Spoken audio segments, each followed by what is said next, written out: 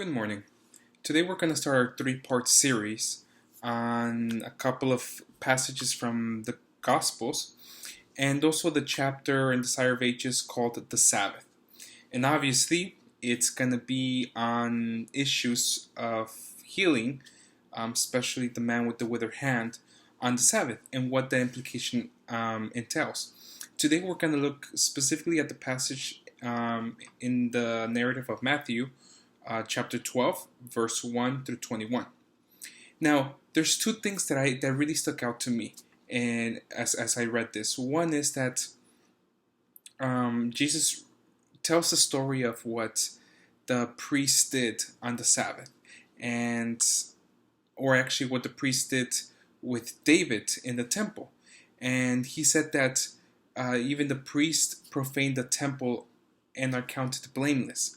What is that all about? And second, the passage where Jesus refers to Hosea, talking about I desire mercy and not sacrifice.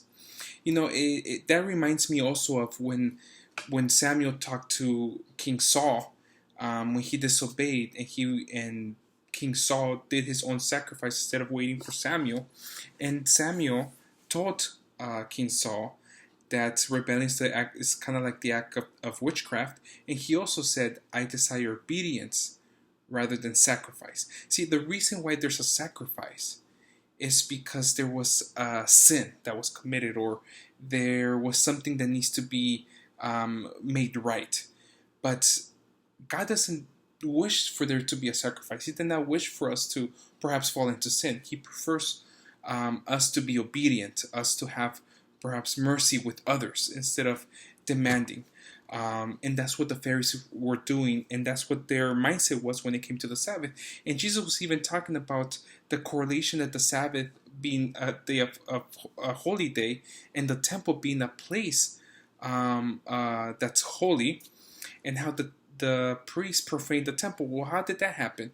Well, the priests gave David and his companions bread, so they could eat because they were running away from Saul. And bread was supposed to be only given to the priest. Only the priest could consume that. And that was the law given by Moses. But the priests were okay with that because ultimately at the end of the day, what is Sabbath? What is the importance of the Sabbath? What is the importance of the temple? And that is to bring Christ. That is to bring God and His essence into dwelling with humanity. And what does that really mean? That means being selfless, because that's what Christ came. He came to give us that kind of selflessness, that kind of bread of life. So there's no point to the temple, there's no point to the Sabbath if it's not for the goodness of mankind, for a relationship with the divine. And that's why on the Sabbath and even on the temple, the priest committed this so-called crime in the eyes of Moses' laws. But if it was for the betterment of humanity, they were counted blameless according to Jesus. And it makes sense for us today. It's love that God values. When it's lacking, ceremony and traditions become an offense to Him. And we kind of talked a little bit about during Sabbath school this last Sabbath, how the laws instituted or the traditions instituted by man are good to a certain extent. But when they prevent the purpose that the actual act is for, which is to come in connection with Christ, then it becomes more of an offense than a blessing.